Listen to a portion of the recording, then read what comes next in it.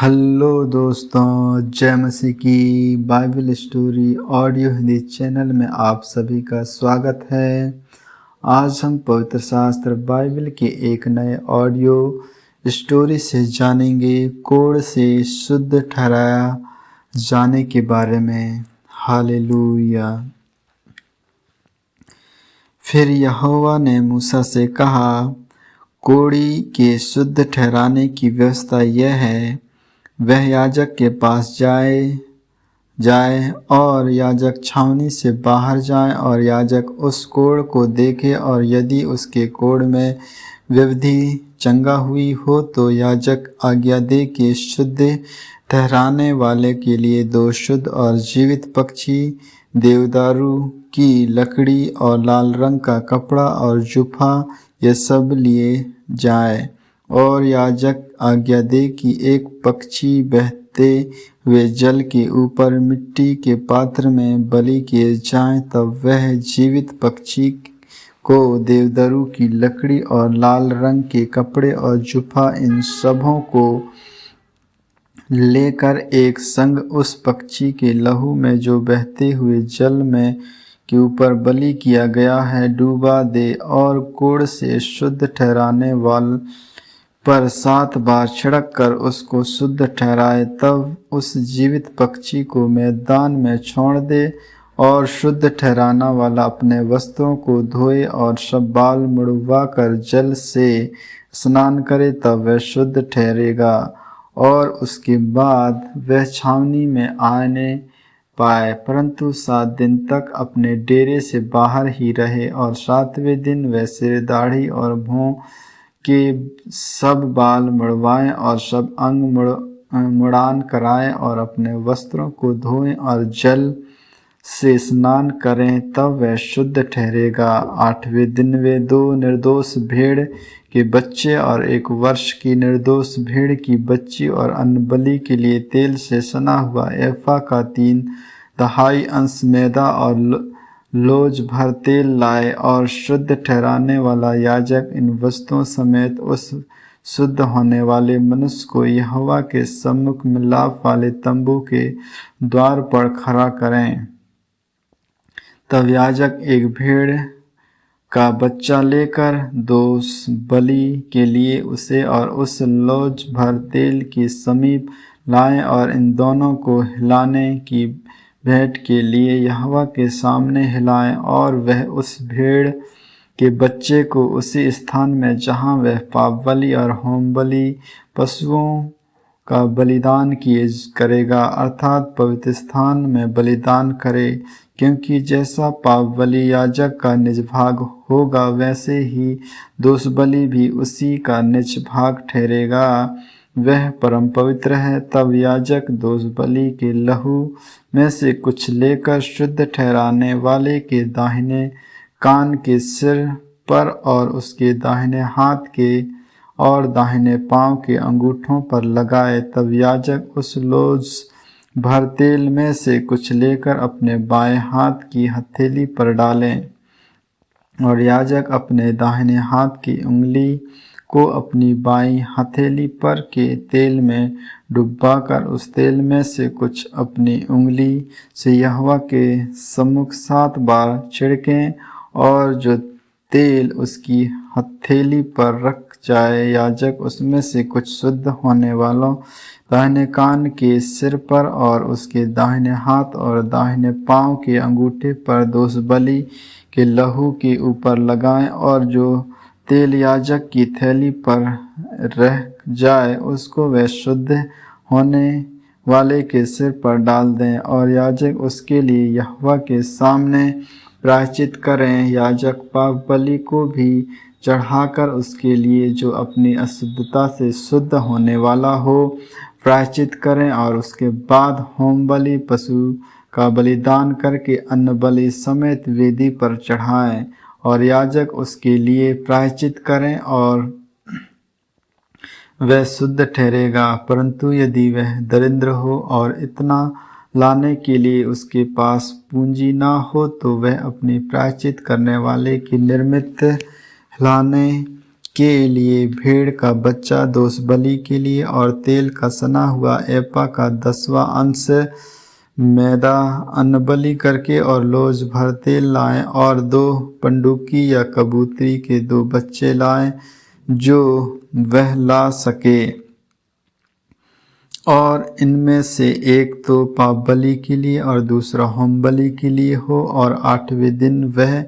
इन सबों को अपने शुद्ध ठहराने के लिए मिलाप वाले तंबू के द्वार पर यहोवा के सम्मुख याजक के पास ले आए। तब याजक उस लोज भर तेल और दोष बलि वाले भेड़ के बच्चे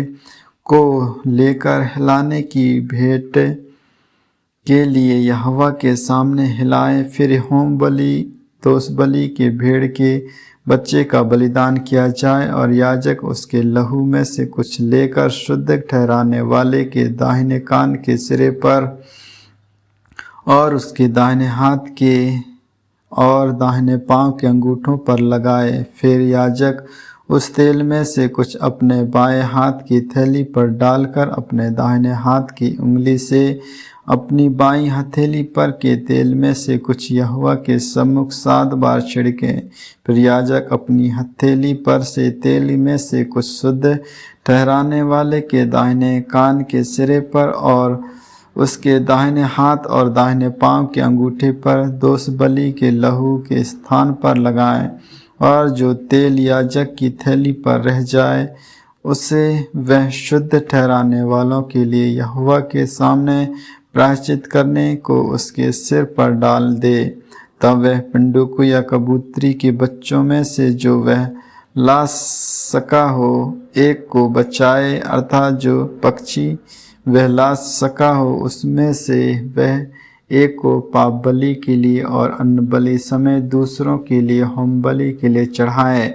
इस रीति से याजक शुद्ध ठहराने वाले के लिए यहोवा के सामने प्रायश्चित करे, जिसे कोढ़ की व्यवधि हुई हो और उसकी इतनी पूंजी ना हो कि वह शुद्ध ठहराने की सामग्री को ला सके, तो उसके लिए यही व्यवस्था है। भवन का कोढ़। फिर यहोवा ने मूसा और हारून से कहा, जब तुम लोग कनान देश में पहुँचो जिसे मैं तुम्हारे निज भूमि होने के लिए तुम्हें देता हूँ, उस समय यदि मैं कोढ़ की अवधि तुम्हारे अधिकार के किसी घर में देखूँ, तो जिनका वह घर हो वह आकर याजक को बता दे कि मुझे ऐसा दिखाई पड़ता है कि घर में मानो कोई व्यवधि है। तब याजक आज्ञा दे कि उस घर में व्यवधि देने के लिए मेरे जाने से पहले उसे खाली करो। कहीं ऐसा ना हो कि जो कुछ घर में हो वह सब अशुद्ध ठहरे और पीछे याजक घर देखने के भीतर जाए, तब वह उस वस्तु को देखे, और यदि वह व्यवधि घर की दीवारों पर हरी हरी या लाल लाल मानो खुदी हुई लकीरों के रूप में हो और ये लकीरें दीवार की गहरी देख पड़ी हो, तो याजक घर से बाहर द्वार पर जाकर घर को 7 दिन तक बंद कर रखे और 7वें दिन याजक आकर देखे, और यदि वह अवधि घर की दीवारों पर फैल गई हो तो याजक आज्ञा दे कि जिन पत्थरों की व्यवधि है उन्हें निकाल कर नगर से बाहर किसी अशुद्ध स्थान में फेंक दे, और उस घर के भीतर ही भीतर चारों ओर खुर चरवाहे और वह खुरन चरन की मिट्टी नगर से बाहर किसी अशुद्ध स्थान में डाली जाए, और उन पत्थरों के स्थान में और दूसरे पत्थर लेकर लगाएं, और याजक ताजा गहरा लेकर घर की जुड़ाई करें। यदि पत्थरों से निकालने जाने और घर के कुर्चे और लेसे जाने के बाद वे व्यवधि फिर घर में फूट निकले, तो याजक आकर देखे, और यदि वह व्यवधि घर में फैल गई हो तो वह जान ले कि घर में गलित कोढ़ है, वह अशुद्ध है, और वह सब गारे समेत पत्थर लकड़ी और घर के खुदवाकर गिरा दे, और वह उन सब वस्तुओं को उठवाकर नगर से बाहर किसी अशुद्ध स्थान पर फेंकवा दे, और जब तक वह घर बंद रहे तब तक यदि कोई उसमें जाए तो वह सांझ तक अशुद्ध रहे। और जो कोई उस घर में सोए वह अपने वस्त्रों को धोए, और जो कोई उस घर में खाना खाए वह भी अपने वस्त्रों को धोए। पर यदि याजक आकर देखे कि जब से घर लेसा गया है तब से उसमें अशुद्धि नहीं फैली है, तो जानकर कि वे दूर हो गई है, घर को शुद्ध ठहराए। और उस घर को पवित्र करने के लिए 2 पक्षी, देवदारू और की लकड़ी, लाल रंग का कपड़ा और जूफा लाए, और एक पक्षी बहते हुए जल के ऊपर मिट्टी के पात्र में बलिदान करे। तब वह देवदारू की लकड़ी, लाल रंग के कपड़े और जूफा और जीवित पक्षी, इन सबों को लेकर बलिदान किए हुए पक्षी के लहू में और बहते हुए जल में डुबा दें, और उस घर पर 7 बार छिड़कें। इस प्रकार वह पक्षी के लहू और बहते हुए जल और जीवित पक्षी के देवदारू की लकड़ी और जूफा और लाल रंग के कपड़े के द्वारा घर को पवित्र करें। तब वे जीवित पक्षी को नगर से बाहर मैदान में छोड़ दें। इसी रीति से वह घर के लिए प्रायश्चित करे, तब वह शुद्ध ठहरेगा। सब भांति के कोढ़ की अवधि और श्रीवर और वस्त्र और घर के कोढ़ और सूजन और पपड़ी और दाग की विषय में शुद्ध और अशुद्ध ठहराने की शिक्षा देने की व्यवस्था यही है। सब प्रकार के कोढ़ की व्यवस्था यही है। आमीन आमीन। परमेश्वर इन वचनों को सुनने के द्वारा आप सबों को आशीष दे। आगे के और भी ऑडियो स्टोरी सुनने के लिए Bible story audio Hindi channel को लाइक, सब्सक्राइब और बेल आइकन को दबाएं। सभी प्रिय भाई बहनों को जय मसीह की।